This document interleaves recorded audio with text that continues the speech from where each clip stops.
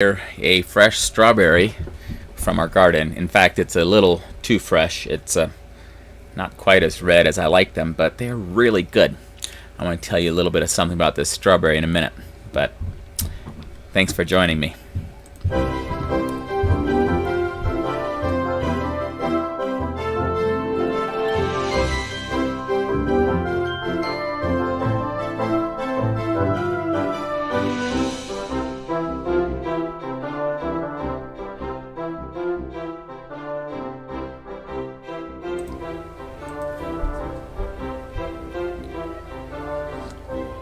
So I want to talk about some of God's ideas this week, and I have my mug here is a Super Dad mug that came with an Awesome Kid mug. I believe Jennifer Harris gave it to us for Father's Day a couple years ago. But I wanted this Super Dad mug for a reason, and you'll see it in a minute. So, all right. So, back in my early 20s. I remember going to Camp Wilderness Ridge for a summer. I did it actually a couple of summers. And I have some photos here. I believe I have photos from 2004. But the story I'm about to tell you is not from 2004. It was from another time that I was there, the first time I was there. And so, but back in 2004, let's see if I can share the... Here we go. There we go. So this was at Camp Wilderness Ridge. This was a cabin that was there. I was there as a counselor. Look at that. I'm a young guy. Look at no beard. Oh my. Anyway, here I am with some more campers. And then somewhere here, there's canteen. The Seal family was over at Wilderness Ridge at the time. Here I am with all of that cabin full of campers that time. 2, 4, 6, 7 young guys and my junior counselor there. So what was happening, I wanted to share this because it made a huge impression on me, right? The first time I went, I think I was 21 or 22, and I had not gone to camps as a young man myself. I had not myself attended a camp as a kid, but now I was going as a counselor, and I remember going and spending, I think it was 5 days at Wilderness Ridge with these campers, and there was a little guy from Houston somewhere. His name was Riley. Just really, really loved that little guy, and his friend Marshall was there, and as I remember interacting with these campers and just really wanting them to thrive and feeling the responsibility that I had as the senior counselor I was taking. I wanted them, and I remember having our devotions in the mornings, and just all of the things we were doing, working the Bible memory verse, and just remember thinking, I really want them to do well. I wanted them I wanted to take care of them. I wanted to train them. I wanted to disciple them. I loved them. Okay, and so, and I'm sharing all of this because some of you might have had that same experience where you spend a couple of days, a week, maybe longer, with a group of young people or kids or even just another group of people, and as you're interacting, there's an intensity about the experience. And a lot of times with something like camp, around day 3 or so, there's a kind of a meltdown of personalities and stuff, and then once you build back from that, everything suddenly is so beautiful and awesome for the rest of the time, and it's just everything gels and everyone works together well. Or and some of you that work with campers all the time, you might have other memories of this, but this was my memory at the time. I was learning a lot of things, and later I went with the Seal family from here. They started Camp Winchester, and I spent time with them. But this was at Wilderness Ridge, and so this shirt, I'm wearing it now, it has a little hole farther down here, and so it's coming to the end of the line, my Wilderness Ridge shirt, and I miss it. I loved my time there, and I wanted. So I'm immortalizing the shirt by live streaming and talking about what happened at Wilderness Ridge that time. in my early 20s. Because here's what happened. We had this awesome week. I was interacting with them. The way the cabins worked, the counselors we would sleep in the cabin, and they were very rough cabins there, and we would take care of these guys. So 24/7, we were responsible for that they were being taken care of, and I remember, Band-Aids needed for skinned knees and all this stuff, and we'd go get first aid from whoever was doing first aid at the time, and we get to the end of the week, and I'm thinking, oh, wouldn't it just be awesome if I could just take care of these guys all the time? Well, then their parents show up. And I remember on that first time I was there, Marshall's dad came to pick up Riley and Marshall, and he flew his airplane there to pick them up. In fact, when the ceremonies were all done and the awards had all been given and they were ready to go, I drove Marshall and his dad and Riley down to the Smithville airport.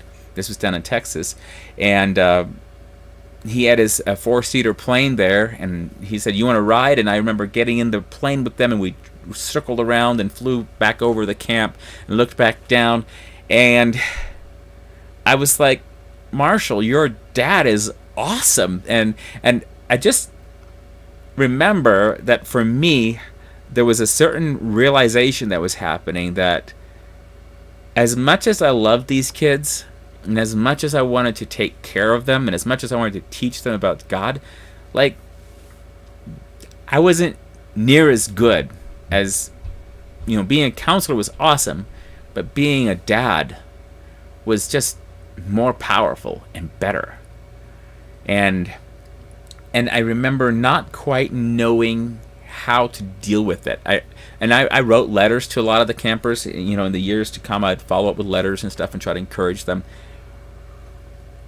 But I remember also, doing a lot of children's ministry from 1998, 99 into the 2000s, and then I was, working with Camp Wilderness Ridge and Camp Winchester at different times. And it wasn't my whole life. I did a lot of things. I remember also going to a family camp up in Ohio one summer and spending some time there, and just there were the little people that were there, the little guys and the little girls that just somewhere around age 7 through age 12, a lot of times they were easy to interact with, and they were fun, and I remember creating these friendships with people, and thinking, I'm so glad I'm here to be able to speak into their lives. And at the end of the week, the whole family is there the whole time.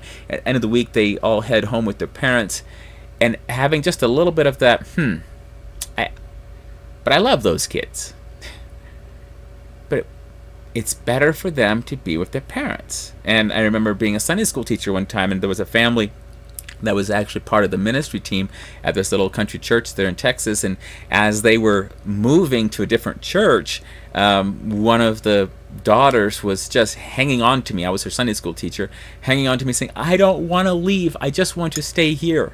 And I remember at the time thinking, oh, I wish I could just keep her and raise her myself. And then what am I thinking? She needs her parents. I'm pointing out all of these things, and maybe you don't have this. I've most of my life have had a certain concern and care, and I see the children. I want to do something. We had the character club. We had different times we'd do things because I wanted to encourage children in their faith. And so if you watch our films today, you'll see that still in a lot of our films, where I'm trying to encourage children in their faith. I want them to be able to walk with God. I want them to be able to do well. Well, the hard truth is that I'm an outsider, and while I might encourage someone in their faith, the very best person to encourage them in their faith is their parents, their dad, their mom. And while I can do something to help, even as a pastor, I can help. But a person in ministry, a third party, we're just a help. The primary responsibility and the primary effectiveness comes from the parents. And this morning, I was reminded of all of this because I put on this shirt this morning, and then I was sitting at the table, and I was reading this Isaiah 55, it starts out, it's a famous passage in some circles. It starts out with that verse that says, "Ho, everyone who thirsts, come to the waters, and you who have no money, come buy and eat. Yes, come buy wine and milk without money and without price. Why do you spend money for what is not bread, and your wages for what does not satisfy? Listen diligently to me, and eat what is good, and let your soul delight itself in abundance. Incline your ear, come to me, hear, and your soul shall live, and I will make an everlasting covenant with you, the sure mercies of David." And so it's a neat thing. It's an invitation to come to, and it reminds me of Jesus standing over with the Samaritan woman at the well, and that the idea of the rivers of living water flowing out of us. And so later on down, we have that verse in verse 6. It says, "Seek the Lord while he may be found, call upon him while he is near. Let the wicked forsake his way, and the unrighteous man his thoughts. Let him return to the Lord, and he will have mercy on him, and to our God, for he will abundantly pardon."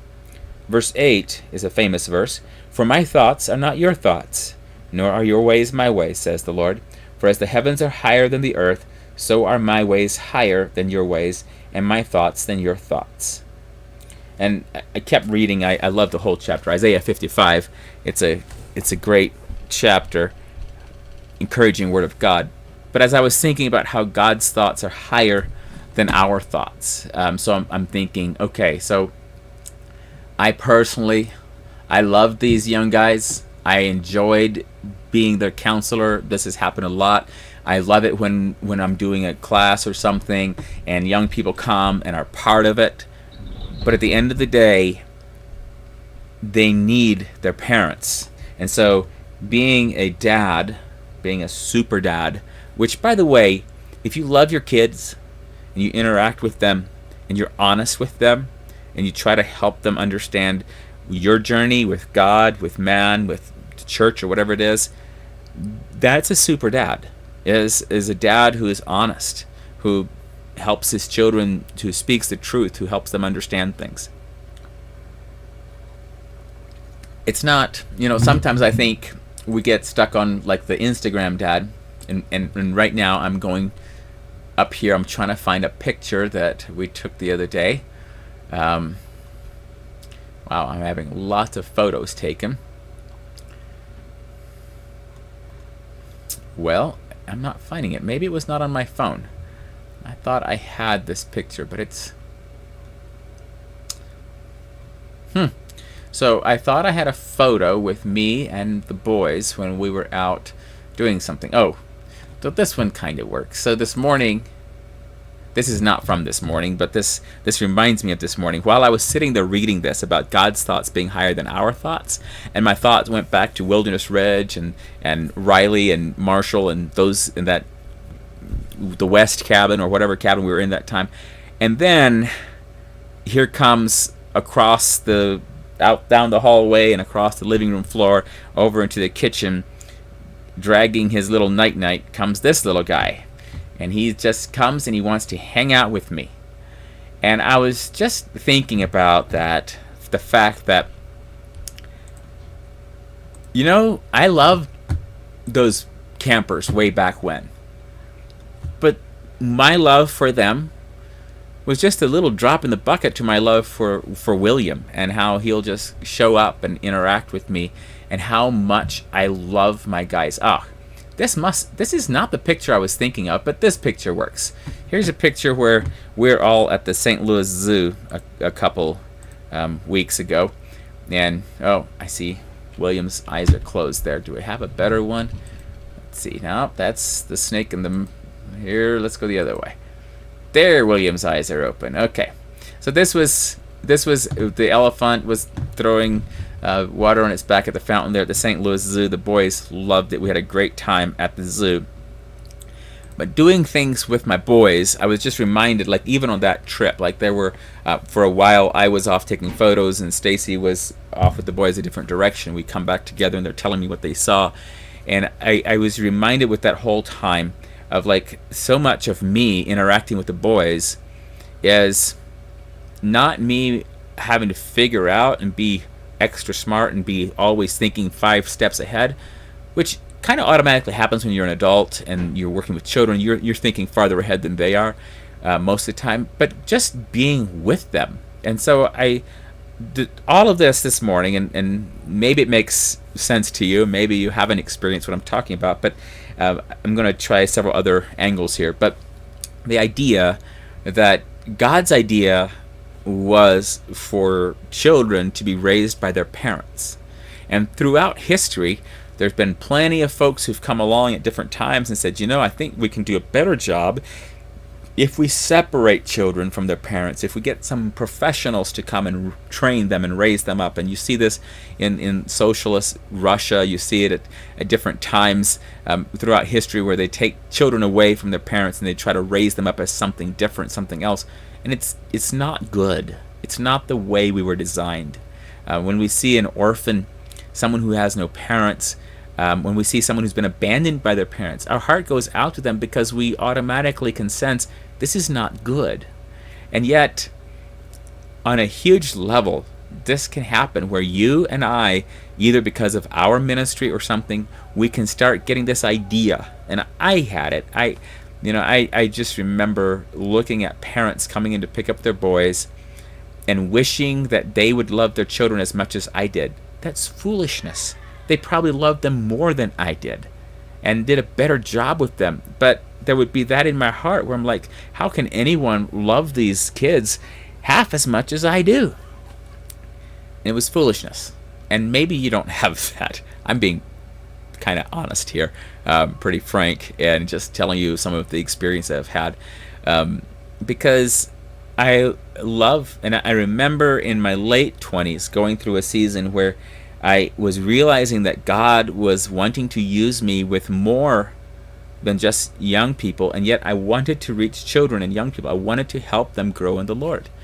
And I had one of those moments where I was praying, and this idea where the Lord's thoughts are not my thoughts, but his thoughts they're higher. The heavens are higher than the earth, so are my ways higher than your ways. Okay, as I was praying, God started dealing with me, saying, well, what if you encouraged fathers to love their children?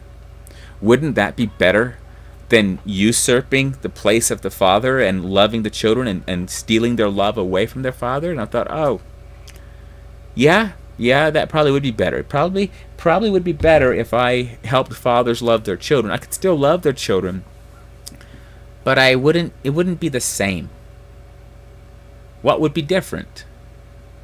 Well, what would be different is, what would be different is how I felt and how much love and adoration I could get.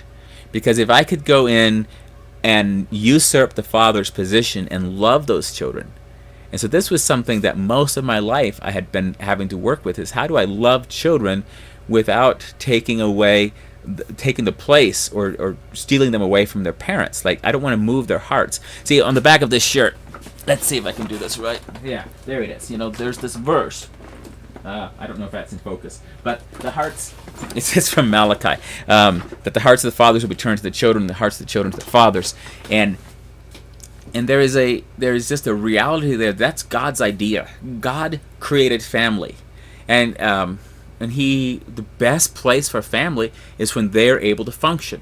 Now, I've seen lots of times when parents are not functioning and somebody else, and in those cases, and in all cases, I say absolutely love the children. We need to love the children, no matter where they are, whether they're parents. Don't not love children because of what I just said, where you're like, oh, I'm afraid I'm going to... No, you love the children, but love their parents too. And love the whole family unit, and love the idea that God had, that it is good for children to grow up with their parents. That's what I'm trying to say, is we want to love the whole package, not just the child. Oh, the child is cute, and I love it when children are cute, and I love it when our friends interact with our children, play with our children, speak the truth to our children, and exhilarate. I love that. But I'm also going to love my children. I'm going to spend time with them. I'm going to have exhilarating times. We've gone kayaking. We do a lot of things. But in the end, that's a lot of work to go kayaking and all that stuff, go to the zoo. It's amazing to me how many times, like last night, this just happened. I grabbed my guitar, started practicing music. The boys had gotten out these maracas, and suddenly I had like 4 boys providing rhythm to my songs, and it was an intense amount of rhythm, but we had an awesome time. And what I realized is that a lot of times just those little moments that I'm not even planning, but because I'm here and present, those moments count for a lot. So I personally now will tell you that I'm called to encourage fathers in Christian families in their faith. But I put fathers at the top of the list a lot now, and it's because of what God was working in my heart. Because when I was seeing, like, I could love a kid for a day, I could love a kid for a week, or however long, how much interaction I got to have with a child. But if I really wanted to make a difference in that child, I needed to encourage the father of that child to love it, to love their children. And again, it's not, just be with them. Just be honest with them. Share your struggles. Share and let them walk with you. Let them hear you praying. Let them see you reading God's Word. It's powerful. But there was a time when I thought that maybe what God was calling me to was the excitement and the exhilaration of full-time working with children, where groups of children would come into a camp or something and then go out. And some people are called to that, and it's a great ministry. But what I saw at the time was that God had a different idea. So God and I agreed that we wanted to love the children and take care of the children. My thought was, I need to wade in there and do everything I can to help. God was like, I already have a structure in place. I have a plan. And if you can encourage that structure, that will help the children more than just you going in and love them. Because the reality is, I'm a finite being, you're a finite being. We only have a certain amount of love. We run out. But God has an infinite amount of love, and He pours it through the hearts of His parents down to the children. He loves them. And anyway, so I feel like, depending how I talk about this, that it seems creepy to some people. Other people are like, what are you talking about? And then there's all kinds of people who are 100% convinced right now that the American school system, or a Christian school of, or a church Sunday school of, or you have something that you're 100% convinced is more important to children, and you're trying to get children there, and you almost don't care about their parents. But you don't realize it. You wouldn't have said it that way, but I'm saying it that way.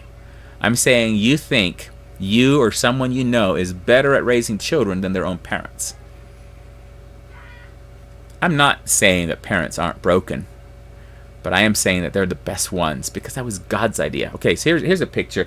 Let's pivot over here. Pivoting is back in vogue right now, so let's pivot over to this other idea. Okay, now this is going to be really, really wacky for some of you. Okay, so I'm married, and I have a wife, and I love my wife. Stacy and I, this year is 10 years. And I love these 10 years. It's been an awesome 10 years. And I want her to thrive. I pray with her. I do adventures with her. I'm looking for a picture right now. Here we go. I found a photo. Here we are at Lake Chatfield. I love Stacy. We have been so blessed. And so when you think of me, the husband-wife relationship, this is something that God created in the garden. He loved the idea. He loved the concept. He made it. Then we come along. So now I want you to think about this. Let's say that I, as a pastor, I'm going to just say things that I think are perversion, but they happen. So let's just say that I, as a pastor, decide that I am better at discipling women than you are, than their husbands are. And in some cases, I might be. And so I start paying a special attention to the women. And I start making sure that I'm hugging them and praying with them and sending them little notes throughout the day. Okay, are you getting warning signs? Are there bells going off and you're going, wait a minute? What? You should be going, wait a minute, what are you doing? Now, I'm not saying that you should never be a friend to women, to other people's wives. We should be. We should actually all have a brotherly love going on. We should be having an encouragement for each other. We should pray for each other.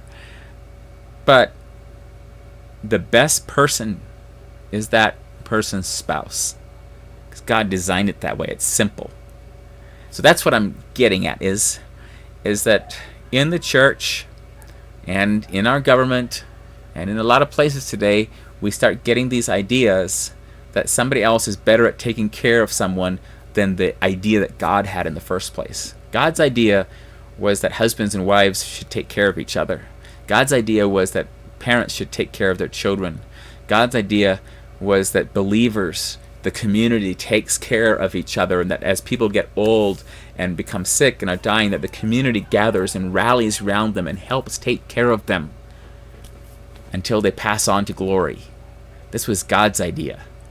Man's idea is, let's separate out the old people from the young people. Let's make all the young people come over here to these professionals, and let's take all the old people and put them over there with those professionals, and let's do all of those aren't God's ideas. God uses some of that work sometimes, but the isolation and the lack of community, it's not God's idea. God said it's not good for man to be alone, and everything he created was for us to be together. But he made some units be closer together than others. So you have the husband-wife relationship, very precious. The parent-child relationship, very precious. So these are precious gifts that we've been given. And while we might have to reach out and help in special circumstances because a parent has been taken home or is gone, that doesn't negate the fact that the simple idea that God had of the structure is still the best one. So back to my strawberry that I had, and I might have already given you this example earlier. I might have shared it. I think I was listening to a video from Dr. Doug Wise, and I think it was in the Warpath series. So I'm trying to give the idea, the concept here, proper credit to where credit is due. But the picture that Dr. Doug Wise shared was that if you think of a luscious strawberry, and this one is nice, it's not as red as I prefer them, but it's still a good strawberry. It's fresh from our garden. The reason I don't have any fully ripe ones is because our boys check them every day and we eat them every day. I just ate a strawberry. It's awesome. It was God's idea. You can take the fructose or the sugar that's in there and you can distill it out and you can separate it from the fruit. And you can make candy with it. But think, and so this is Dr. Doug Wise's thing. Think about the big strawberry. Think about the luscious, red, ripe, dripping, juicy, ready to eat. Sounds great. But now imagine that you have a candy bar. Chocolatey, caramely, sugary goodness. And you're eating this candy bar. And you're munching down this candy bar. Oh, it's just awesome. But then someone says, here, you want a strawberry. And in the middle of taking a bite, you have to look at the strawberry and you look at the candy bar and you think, that strawberry is going to be really tart right now. It's not going to taste right. Why? Because you have taken, this is God's idea, his sugar, and this is man's idea, the candy bar. We have taken the sugar, we have really extracted it out of everything else, we've concentrated it, and we've made something super sweet. So this is, and the illustration that Dr. Doug Wise was using with this is that when you have a husband-wife relationship and you love one another, it's the fresh, refreshing, beautiful goodness of eating something like a strawberry. But when you take just the romance side of it out, or just the sexual side of it, and you just concentrate that's what we would call something like pornography or something. And suddenly as your appetites are eating the higher and higher concentration of sugars, suddenly you don't have a healthy appetite left for the thing that God made. And that's sad, because we're rejecting the most beautiful thing that God created because we've figured out a way to concentrate it over here and we want this. And so these are my thoughts this morning as I was thinking about family, as I was thinking about our interactions with people around us, is God gave us, he has some good ideas. He had the idea that humans could sit and look each other in the eye and communicate more than just what came out of their mouth. that we could love each other. He had the idea that we could hold and hug each other. He had the idea that two human beings could get coupled up in marriage. A man and a woman could get together in marriage. He had the idea that out of that union would come children that could be loved and nurtured and taken care of for. These are God's ideas. They're awesome. And so, my encouragement for today is choose the strawberry. Choose the fresh goodness of God. His thoughts are higher than our thoughts. We think, oh, let's extract the sweetness and concentrate it and just do that.